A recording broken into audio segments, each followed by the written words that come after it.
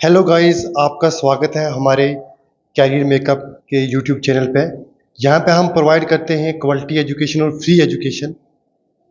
तो आज हम जो डिस्कस करने जा रहे हैं वो क्लास 11th का जो टॉपिक है, जो यूनिट है हमारे पास, some basic concepts of chemistry.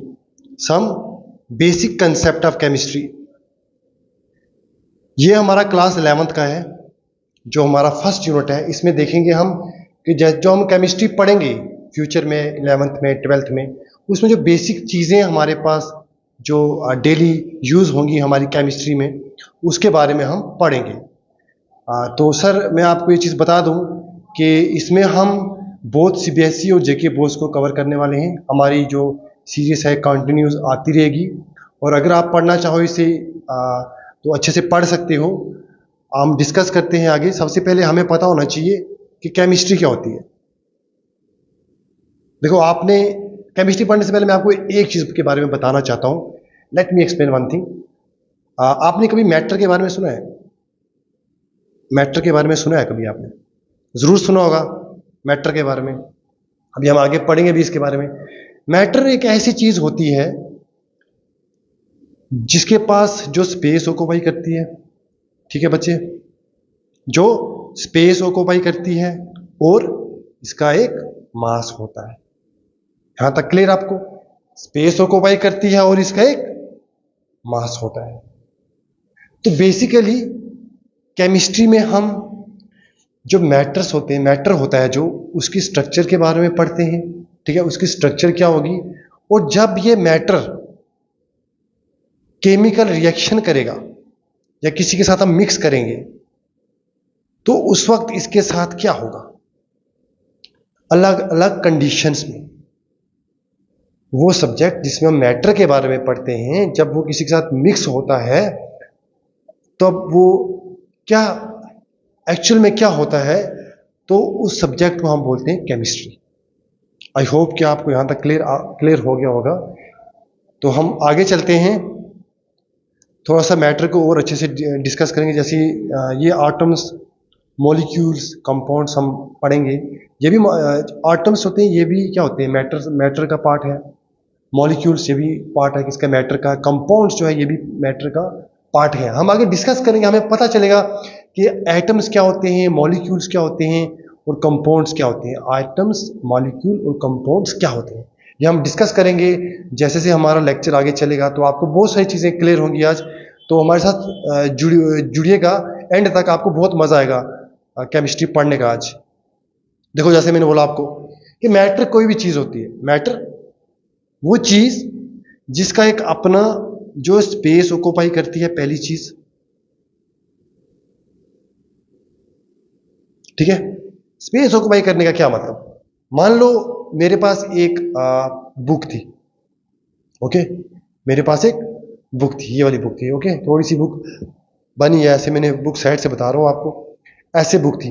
तो इसके इसके अंडर कुछ तो जगह होगी जो इसने स्पेस ऑक्यूपाई की होगी, बस उसी को बोलते हैं स्पेस ऑक्यूपाई की इसने। ये हमारे पास बुक थी जो इसने स्पेस, जहाँ पे हम बुक रखते हैं, जो उसके अंडर जगह आती है उसको बोलते हैं स्पेस ऑक्यूपाई कर रहा। ठीक है, जो मैटर का जो फर्स्ट वाला कैरेक्टर होता है वो यही होता है कि मैटर जो है स्पेस को ऑक्यूपाई करता है। ठीक है, यहां तक क्लियर। अब दूसरी चीज, एक चीज और होती है, इसका कोई ना कोई मास हो। मास बोले तो कोई ना कोई वजन होगा किसका, मैटर का। जैसे मैं आपको एग्जांपल बता देता हूँ। एग्जांपल की फॉर एग्जांपल, जैसे हमारे पास बुक है, बुक भी एक मैटर है क्योंकि इसका मास भी है, और mass as well as it occupy space. तो पेंसिल की बात करें तो पेंसिल भी हमारे पास क्या है, मास भी है पेंसिल का, बिल्कुल है।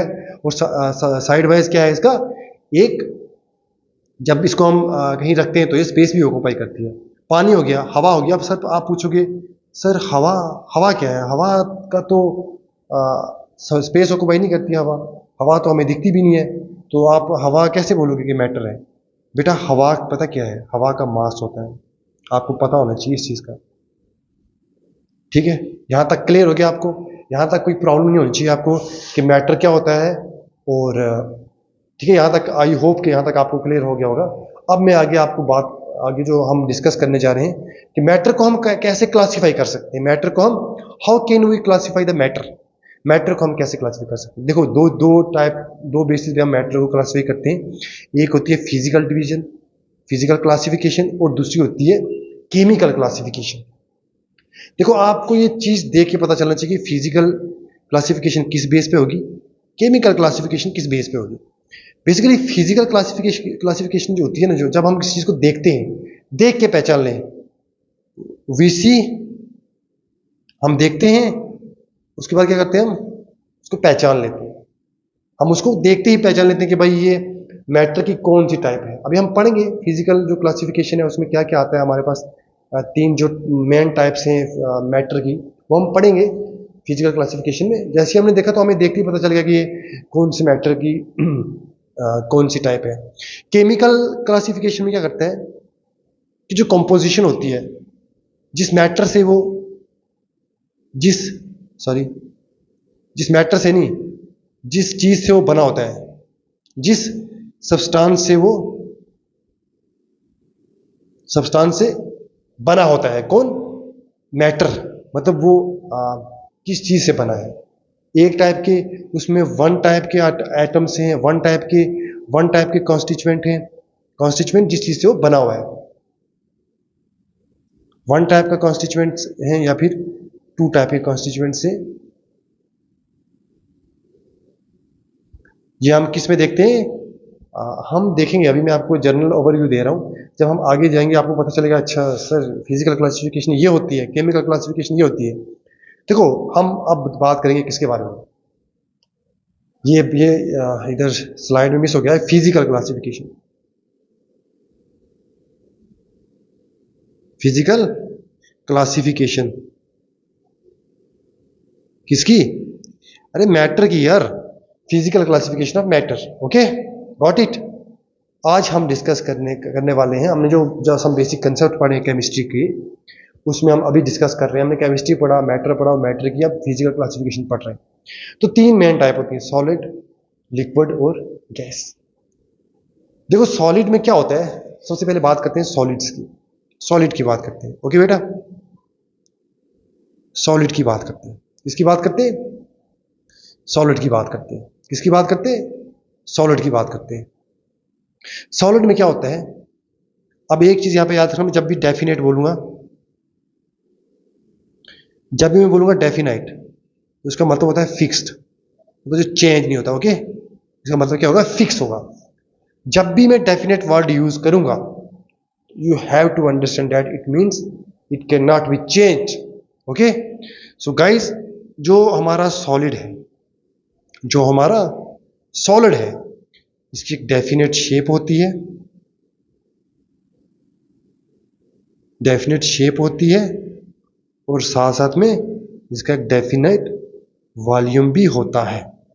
मैंने सब लिखा हुआ है, बट मैं आपको समझा रहा हूं। जो चीजें देख के पढ़ने में, जो चीजें बंदा किसी के मुंह से सुनता है, वो लॉन्ग लास्टिंग माइंड में रहती है। ओके, डेफिनेट शेप होता है और इसका क्या होता है, डेफिनेट वॉल्यूम होता है।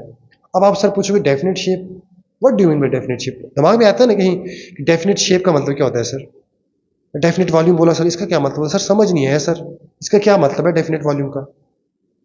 तो हम बोलेंगे जो डेफिनेट शेप होती है, जो चेंज नहीं हो सकती। आप सॉलिड को कंप्रेस करोगे ना, अगर can not B compressed, what, can't be compressed, can't compressed. Okay, ठीक है। और जो डेफिनेट हाँ, जो कंप्रेस अगर हम करेंगे तो ये कंप्रेस होगा ही नहीं, अपनी शेप चेंज नहीं करेगा। तो जब भी कोई चीज अगर हम उसको कंप्रेस करें, उसके ऊपर प्रेशर लगाएं, तो वो क्या हो, चेंज ना हो, ठीक है, वो उसकी शेप चेंज ना हो, तो उसको हम क्या बोलते हैं, उसको हम बोलते हैं कि सर ये तो मैटर की जो टाइप है फिजिकल क्लासिफिकेशन में, ये तो सॉलिड है सर। ठीक है सर, अब आ जाइए इधर, थोड़ा सा इसको इधर लिखते हैं, सॉलिड की बात कर रहे हैं हम, ठीक है। एक मिनट, थोड़ा सा कलर चेंज करते हैं ताकि आप अच्छे से समझे बच्चा। ये आगे इधर हम बात कर रहे हैं सॉलिड की। ओके, बात कर रहे हैं हम सॉलिड की, ठीक है। एक बात, जो पहली बात मैंने आपको क्लियर की, वो क्या थी, वो ये थी कि जो सॉलिड है वो डेफिनेट शेप होती है, डेफिनेट वॉल्यूम होता है, वो कॉम्प्लेक्स नहीं हो सकता। अब जो मान लो हमारे पास दो मॉलिक्यूल बनाते हैं, ओके, दो मॉलिक्यूल बनाते हैं, एक मॉलिक्यूल ये है, एक मॉलिक्यूल ये है, सॉरी, हाँ मॉलिक्यूल है ये ऐसे बना हुआ है एटम से, कोई भी। अब इसके बीच में जो डिस्टेंस होगा, इसके बीच में जो ये इंटर मॉलिक्यूलर डिस्टेंस होगा, ओके, जो इंटर मॉलिक्यूलर डिस्टेंस होगा वो क्या होगा, वो काफी स्ट्रॉन्ग होगा। ये चीज याद रखना, वो काफी स्ट्रॉन्ग होगा, काफी स्ट्रॉन्ग होगा कि ये जो मॉलिक्यूल है ये एक दूसरे से दूर नहीं जा पाते, तो ये फिक्स रहते हैं एक जगह पे। इतना ज्यादा डिस्टेंस होता है इनके बीच, इतना कम डिस्टेंस होता है, और इतनी स्ट्रॉन्ग हमारे पास जो फोर्स होती है इन दोनों के बीच में, जो एक दूसरे को अट्रैक्ट करके रखती है, इसलिए जो सॉलिड के पार्टिकल से वो मूव नहीं करते। क्लियर हो गया यहां तक? ओके। अब हम बात करते हैं लिक्विड की। किसकी? अब हम बात करेंगे लिक्विड की। किसकी बात करेंगे? लिक्विड की। Let's talk about liquid. Liquid, so liquid के केस में थोड़ा सा उल्टा होता है। शेप, वॉल्यूम तो डेफिनेट रहता है इसमें। बच्चा जब भी मैं डेफिनेट का मतलब बोलूंगा ना, तो आपके माइंड में ये स्ट्राइक करना चाहिए कि मैं फिक्स की बात कर रहा हूं, कि जो चेंज नहीं हो सकता। जब भी वॉल्यूम की बात करूंगा मैं, ओके, तो लिक्विड का वॉल्यूम जो है वो कभी भी चेंज नहीं होता है। अब बोलोगे सर वॉल्यूम क्या होता है, अभी बताते हैं आपको। But shape can not B fix. Shape is not fix, is not definite. Shape जो है डेफिनेट नहीं होती। ओके, क्यों नहीं होती? क्योंकि जो मॉलिक्यूल होते हैं ना लिक्विड के, देखो तो लिक्विड्स के मॉलिक्यूल को, जो लिक्विड के मॉलिक्यूल है ना, उनके बीच में इंटर मॉलिक्यूलर डिस्टेंस क्या होता है? इंटर मॉलिक्यूलर डिस्टेंस जो होता है वो थोड़ा सा ज्यादा होता है। किससे? सॉलिड से ज्यादा होता है, सॉलिड से ज्यादा होता है, और गैस से कम होता है। किसका? ये लिक्विड की जो इंटर मॉलिक्यूलर डिस्टेंस होता है सॉलिड से ज्यादा होता है और लिक्विड से कम होता है। सॉरी, सॉलिड से ज्यादा होता है और गैस से कम होता है। Got it? ये बात थी हमारे पास। वॉल्यूम देखो, वॉल्यूम जो है ना ये वाला, जो स्पेस ऑक्यूपाई करेगा लिक्विड के दो दो जो मॉलिक्यूल होंगे उसी को बोलेंगे हम वॉल्यूम। और एक चीज मैंने और बताई थी कि इसकी शेप डेफिनेट नहीं होती। डेफिनेट इस वजह से नहीं होती, इसकी शेप डेफिनेट नहीं होती है, ठीक है, इट्स नॉट डेफिनेट। इसकी शेप डेफिनेट इस वजह से नहीं होती, अगर हम इसको ग्लास में डालेंगे तो ये ग्लास की शेप ले लेगा। अगर हम इसको बॉटल में डालेंगे तो ये बॉटल की शेप ले लेगा। अगर हम इसको किसी पॉट में डालेंगे, बर्तन में डालेंगे, तो ये बर्तन की शेप ले लेगा। So that's why it doesn't have definite shape. Okay बच्चा, अब आगे चलते हैं। आपको मजा आया? केमिस्ट्री तो मैं आपको ऐसे पढ़ा दूंगा कि आप जिंदगी भर याद रखोगे कि किसने केमिस्ट्री पढ़ाई थी आपको। तो अब बात करते हैं हम गैस की। किसकी बात करते हैं? गैस की। और हम कौन सी क्लासिफिकेशन की बात कर रहे हैं? Physical classification. सो हमारे पास गैस आता है। गैस की जो definite, sorry, neither definite shape nor volume. Okay, ना तो उसकी शेप डेफिनेट होती क्योंकि गैसेस मॉलिक्यूल इनके बीच में इंटर मॉलिक्यूल डिस्टेंस बहुत ज्यादा होता है। देखो, ठीक है, ये अगर हम इसको अगर हम किसी भी सिलेंडर में रखेंगे तो मॉलिक्यूल थोड़े पास आ जाएंगे, ठीक है, मतलब वॉल्यूम भी, मतलब ये जो लिक्विड के वॉल्यूम थे ये एक जगह से जितने के बीच में डिस्टेंस था वो चेंज नहीं हो रहा था। बट अगर इसको हम हाई प्रेशर के ऊपर कंप्रेस करेंगे तो इनके मॉलिक्यूल का डिस्टेंस कम हो जाएगा। अगर हम इनको बाहर छोड़ देंगे हवा में तो इनके मॉलिक्यूल का डिस्टेंस ज्यादा हो जाएगा। तो इसलिए इनका वॉल्यूम भी, शेप भी इनकी फिक्स नहीं है और इनका वॉल्यूम भी फिक्स नहीं है। और इनके बीच में जो इंटर मॉलिक्यूलर फोर्स होती है वो बहुत ज्यादा वीक होती है। ओके, ये था all about state of matter which is classify on the basis of physical appearances. ये लिखा हुआ है सॉलिड, लिक्विड्स, गैसेस, ये लिखा हुआ है कि देखो the particles are held very close to each other in orderly fashion and there is not much freedom of movement. हमने जैसे पढ़ा कि सॉलिड के जो पार्टिकल्स हैं वो मूव नहीं कर सकते। और डेफिनेट वॉल्यूम होता है, डेफिनेट शेप होती है, हमने पढ़ चुके हैं। अब अब आप थोड़ा ना मानोगे इनको। तो लिक्विड्स भी हमने पढ़ा कि पार्टिकल क्लोज होते हैं बट कैन मूव अराउंड, पास तो होते हैं बट इनमें जो इंटरमॉलिक्यूलर डिस्टेंस होता है वो थोड़ा सा सॉलिड से ज़्यादा होता है, जिससे ये इजीली मूव कर सकते हैं, तभी तो लिक्विड जो होते हैं फ्लो करते हैं। ओके, फिर गैसेस के बारे में पढ़ा हमने। गैसेस के बारे में पढ़ा, गैसेस में क्या होता है, पार्टिकल्स होते हैं वो काफ़ी दूर होते हैं, तो इसलिए उनकी मूवमेंट ईजी होती है। ओके, अब केमिकल क्लासिफिकेशन। बच्चा केमिकल क्लासिफिकेशन में एक बात याद रखना, केमिकल क्लासिफिकेशन में एक बात याद रखना, केमिकल क्लासिफिकेशन। ओके, केमिकल के वो बने किस चीज़ के, कैसे बने, दिखने की बात नहीं कर रहे अब हम कि इनका मेड अप क्या है, ये बने कैसे हैं। सबसे पहले आता है प्योर सब्सटेंस और मिक्सचर। अब दो चीज़ें याद रखना, प्योर सब्सटेंस, प्योर सब्सटेंस और मिक्सचर। ये हम किस बेस पे मैटर को कर रहे हैं क्लासीफाई, ये मैटर को हम कर रहे हैं on the basis of chemical. Chemical classification कर रहे हैं किसकी, मैटर की, इसकी कंपोजिशन के बेस के ऊपर कि वो किस चीज से बना है, इसके बीच में क्या क्या है, किस टाइप का है, आटम्स हैं, मॉलिक्यूल है, आयंस है, वट एवर, वो किस किस चीज के हैं, कैसे हैं, सेम है, डिफरेंट है, किस रेशियो में है, ये सब चीजें हम डिस्कस करेंगे किसमें, केमिकल क्लासिफिकेशन में। Okay, so let's start. थोड़ा सा इसको प्योर इसको हटा देते हैं। देखो, जो प्योर सब्सटेंस होता है ना, जो प्योर सब्सटेंस होता है, जो प्योर सब्सटेंस होता है उसमें क्या होता है, उसमें सिंगल सब्सटेंस होता है। जैसे मान लो हमारे पास कोई भी आप मान लो, कोई एलिमेंट मान लो, कोई एलिमेंट मान लो, जैसे मान लो हाइड्रोजन है हमारे पास, ठीक है, हाइड्रोजन है, कौन सा हाइड्रोजन है, तो हाइड्रोजन में सिर्फ एक ही वन टाइप ऑफ एटम्स है, वन टाइप ऑफ एटम्स हैं हाइड्रोजन में, वन टाइप ऑफ एटम्स है। क्यों, क्योंकि हाइड्रोजन में एक ही टाइप के एटम्स हैं। क्यों की बात नहीं यहाँ पे, क्योंकि हाइड्रोजन जो है एलिमेंट है उसमें एक टाइप के ही एटम है, और ये आता है प्योर सब्सटेंस के अंदर। किसमें, देखो आप पढ़ लो पहले इसको। अब प्योर सब्सटेंस में भी defined as a single substance और matter which can not be separated by simple physical method.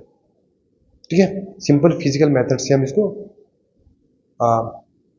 नहीं कर सकते, क्या, सेपरेट नहीं कर सकते। प्योर सब्सटेंस सिंगल सब्सटेंस होता है, एक ही सब्सटेंस होता है, ठीक है।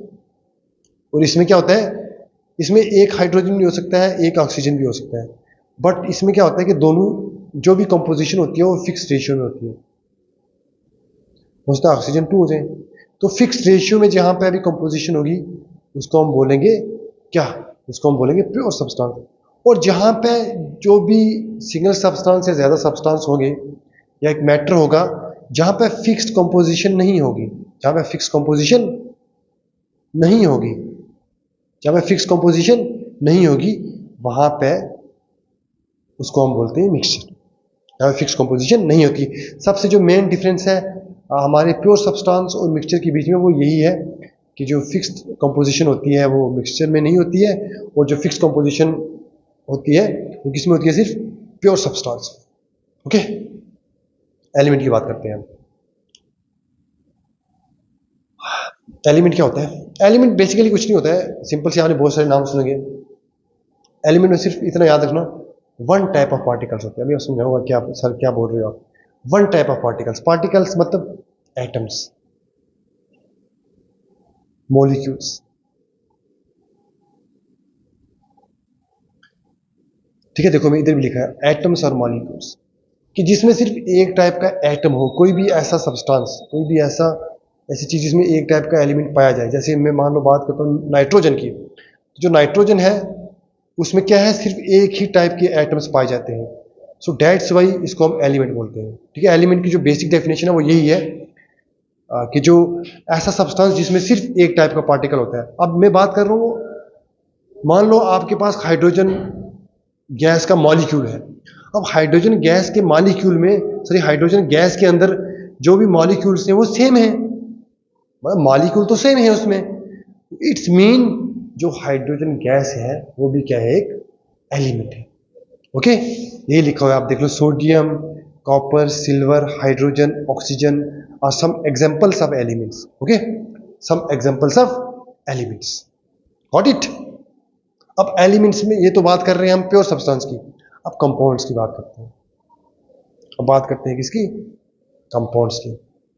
अब बात करते हैं किसकी, कंपाउंड्स की। जैसे मैं आपको एक एग्जांपल से बताता हूँ, देखो ये हाइड्रोजन एटम था, इसको हम बोलेंगे एटम, ठीक है।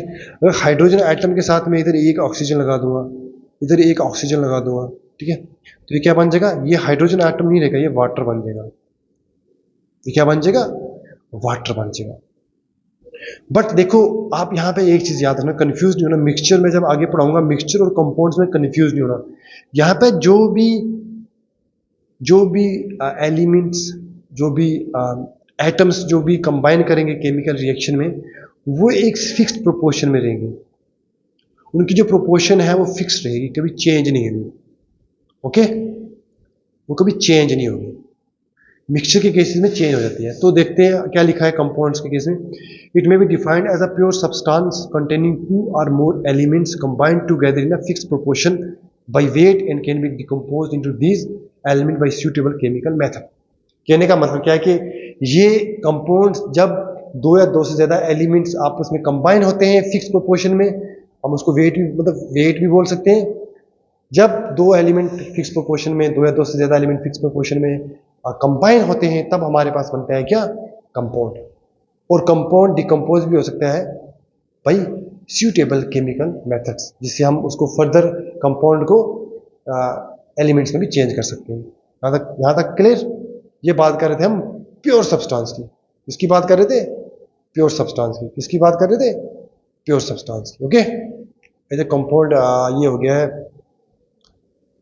रिपीट हो गया है।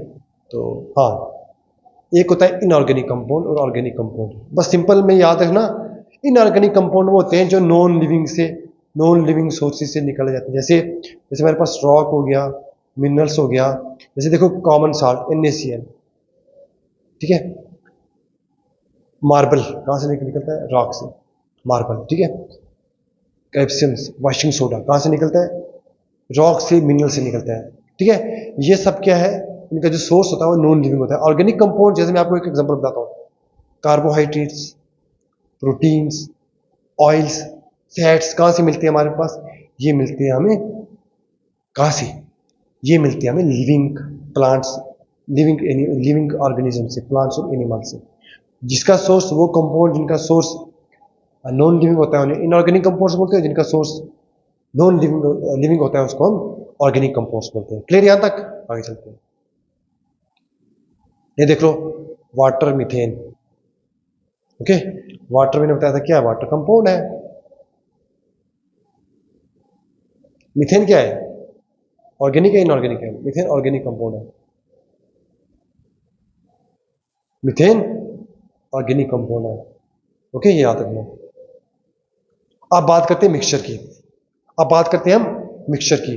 तो मिक्सचर बेसिकली कितने टाइप का होता है। मिक्सचर मैंने आपको बताया, जैसे मैंने आपको पहले स्टार्टिंग में बोला कि जो कंपाउंड होता है उसमें जो भी एलिमेंट्स कंबाइन होते हैं, जो भी सब्सटेंस कंबाइन होते हैं, वो एक फिक्स्ड रेशियो में कंबाइन होते हैं, एक फिक्स्ड रेशियो में कंबाइन होते हैं। ओके, एक फिक्स्ड रेशियो में कंबाइन होते हैं। But in case of mixture के केस में जो कॉम्बिनेशन होती है एलिमेंट्स की और कंपाउंड्स की, जो केमिकली कंबाइन करते हैं, बट वो फिक्स प्रोपोर्शन में नहीं होते, किसी भी प्रोपोर्शन में वो कंबाइन हो सकते हैं। मान लो मैंने लिया पानी लिया, हम आगे बताएंगे आपको, जब आप 12th में पहुंचोगे, हम वहां पे सोल्यूशन पढ़ेंगे तो हम आपको पूरा बताएंगे। मान लो अभी आप याद रखो, हमने लिया पानी लिया, ओके, वाटर लिया, वाटर का कलर थोड़ा सा चेंज करते हैं, ब्लू कलर रखते हैं। मान लो हमने पानी लिया, ओके, हमने लिया पानी, इसमें डाला हमने NaCl। क्या डाला, NaCl डाला। अब क्या हुआ कि यहां पे ये NaCl आप जितना भी डाल सकते हो। तो इसको जब हमने स्टीर किया तो ये इसमें क्या हो गया, डिजोल्व हो गया। इसमें क्या हो गया, डिजोल्व। NaCl किस में डाला हमने, H2O में। NaCl किस में डाला हमने, H2O में। बट ये जो है एक फिक्स प्रोपोर्शन में हमने नहीं डाला, समझ रहे हो, बाई वेट हमने फिक्स प्रोपोर्शन में नहीं डाला। तो ये क्या है, ये कंपाउंड नहीं है, ये क्या है, मिक्सचर है। जब भी हम बाई वेट किसी चीज को फिक्स प्रोपोर्शन में नहीं डालते हैं, उसको हम मिक्सचर बोलते हैं। जैसे देखो, मिल्क हो गया, सी वाटर हो गया, पेट्रोल हो गया, लाइम वाटर हो गया। एक एग्जांपल और देता हूं, मान लो हमारे पास सैंड है, ये वाटर था हमारे पास, ये वाटर था, इसमें हमने डाल दिया सेंट, ये इधर सेंट डाल दिया, थोड़ा सा इसका साइज बनाएंगे बड़ा। ये कहाँ से है, क्या बोलते हैं उससे, ये मिक्सचर तो है, इसको हम कंपाउंड थोड़ा ना बोलेंगे, इसको हम कंपाउंड थोड़ा ना बोलेंगे, क्योंकि केमिकली कंबाइन नहीं करता है ना मिक्सचर में, केमिकली कॉम्बिनेशन नहीं होती है, ये चीज़ भी याद रखना, केमिकली कॉम्बिनेशन नहीं होती है, ठीक है, केमिकली कॉम्बिनेशन नहीं होती है मिक्सचर में, केमिकली कॉम्बिनेशन नहीं होती है। ओके, आई होप कि आपको मिक्सचर क्लियर हो गया होगा, मैं ये मानता हूँ कि आपको मिक्सचर क्लियर हो गया। आगे चलते हैं, आगे बात करते हैं हम टाइप्स ऑफ मिक्सचर, ये बहुत मज़ेदार चीज़ है, ये आपको मज़ा आएगा पढ़ने का।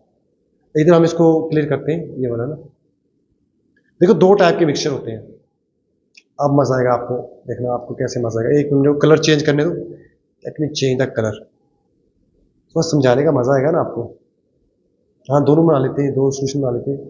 दो हमारे पास जार हैं, ठीक है, बीकर हैं, उनमें हमारे पास क्या है, दोनों में वाटर है, दोनों में वाटर है, दोनों में क्या है, पानी है, क्या है, पानी, याद रखो, ये भी वाटर है और ये भी वाटर है।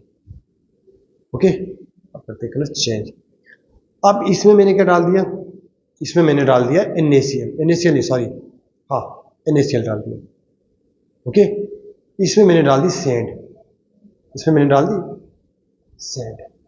अब मुझे आप बताओ कि ज्यादा जो जो ज्यादा जो डिजॉल्व होंगे वो कौन होंगे, NaCl। NaCl जब आप पानी में नमक डालते हो तो पानी में घुल जाता है, कभी सैंड घुलती हुई देखिए पानी में, नहीं घुल सकती ना, ये घुल जाएगा। तो अगर मैं आपको बोलूं, अगर आप पानी की इधर से एक सिप उठाओ या इधर से एक सिप उठाओ या इधर से एक सिप उठाओ, जो आपका पानी का टेस्ट, जितना नमक का टेस्ट इधर आएगा उतना इधर आएगा, उधर इतना आएगा। और जो जो कंपोजिशन है, जो कंपोजिशन है किसकी, जो साल्ट की कंपोजिशन है पूरे सोल्यूशन में, वो क्या है, पूरे सोल्यूशन में सेम है। ये देखो क्या लिखा है, composition, uniform composition through out the solution, ठीक है, और कोई भी विजिबल बाउंड्रीज नहीं होती है। मतलब ऐसा नहीं बता सकते, आप बोलोगे सर नमक इसके ऊपर है और पानी इसके नीचे है, या नमक नीचे बैठा हुआ है या पानी ऊपर है। ओके, आपको पता होना चाहिए कि जहां पे कंपोजिशन हर जगह पे सोल्यूशन में सेम हो, उसको हम बोलते हैं होमोजेनियस सोल्यूशन।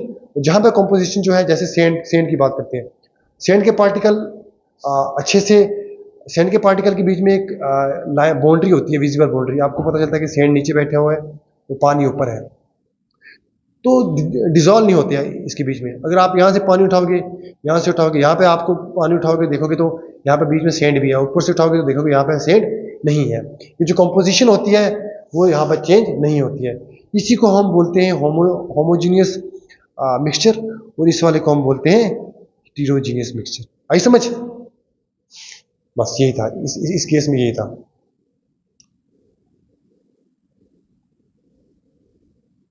यही है बस, सारा ये मैंने पढ़ा दिया, मिक्सचर रिवाइज हो गया आपको। देख लेते हैं, देखो मिक्सचर में क्या बोलते हैं, in a mixture more elements combined are simply mixed not combined chemically. जो भी मिक्सचर होते हैं उसमें केमिकली कॉम्बिनेशन नहीं होता है, वो सिर्फ क्या होते हैं, वो सिर्फ मिक्स होते हैं, तभी तो मिक्सचर बोला जाता है इसको। केमिकल जो भी हम सब्सटेंस डालते हैं वो कभी भी फिक्स रेशियो में नहीं होते हैं मिक्सचर में, ठीक है, मिक्सचर में कभी भी फिक्स रेशियो में सब्सटेंस नहीं होते हैं। या तो होमोजीनियस हो सकता है, जैसे मैंने आपको बताया, जहां पे कंपोजिशन पूरे सॉल्यूशन में सेम रहेगी, या फिर हेटेरोजीनियस होगा जहां पे कंपोजिशन सेम नहीं होगी। और इसको हम फिजिकल मेथड से इजीली कर सकते हैं सेपरेट। जैसे पानी में नमक है, उसको हम बॉयल करेंगे तो एक टाइम पे उसको हम कर लेंगे क्या, सेपरेट कर लेंगे। जैसे सेंड है तो हम इसको फिल्टर करेंगे तो इजीली क्या हो जाएगा, फिजिकल मेथड से सेपरेट आउट हो जाएगा। मिक्सचर में क्या होगा, constituent do not lose their identity, mixture shows the characteristic of all constituent. हाँ, मतलब जब केमिकली कंबाइन ही नहीं होंगे तो नया प्रोडक्ट नहीं बनेगा, तो कंस्टिट्यूएंट की जो अपनी प्रॉपर्टी है वो तो रहेगी ना। ओके, बस ये था, हमने डिस्कस कर दिया फिजिकल और केमिकल क्लासिफिकेशन ऑफ मेटल, ठीक है। ये था आज का हमारा today all about the matter. Chemistry के बारे में पढ़ा हमने, ठीक है, मैटर के बारे में पढ़ा, और मैटर की जो फिजिकल क्लासिफिकेशन थी उसके बारे में पढ़ा हमने, सॉलिड, लिक्विड और गैस। उसके बाद जो केमिकल थी उसमें हमने क्या क्या पढ़ा, उसमें हमने पढ़ा, एक तो पढ़ा प्योर सब्सटेंस, जिसमें हमने क्या पढ़ा, जिसमें हमने पढ़ा एलिमेंट्स, और उसमें हमने पढ़ा क्या, कंपाउंड्स। आफ्टर दैट हमने क्या पढ़ा, हमने पढ़ा मिक्सचर्स, ठीक है। और मिक्सचर्स में हमने क्या पढ़ा, होमोजीनस और heterogeneous. This was all about today. तो हम बहुत जल्द नई वीडियो के साथ आपको मिलेंगे। तब तक अच्छे से पढ़िएगा, मेहनत कीजिएगा। अगर आप भी चाहते हो ऑफलाइन बैच ज्वाइन करना 11th-12th का, तो आप इस नंबर पर कांटेक्ट कर सकते हो। यहाँ पे हम प्रोवाइड करते हैं क्वालिटी एजुकेशन। हमारा कोई भी कंप्रोमाइज़ नहीं रहता है, हम बहुत अच्छी फैकल्टी है हमारे पास। तो आप अगर चाहते हो ऑफलाइन पढ़ना तो ज़रूर विजिट कीजिए। हम डेमो क्लासेस भी देते हैं, डेमो क्लासेस भी हमारी तरफ से रहता है। जिस बच्चे को 3-4 दिन में समझ नहीं आता है तो वो जा भी सकता है। ओके, सो मिलते हैं आपको नेक्स्ट वीडियो में। तब तक के लिए अपना ध्यान रखिए, अच्छे से पढ़िए। Thank you.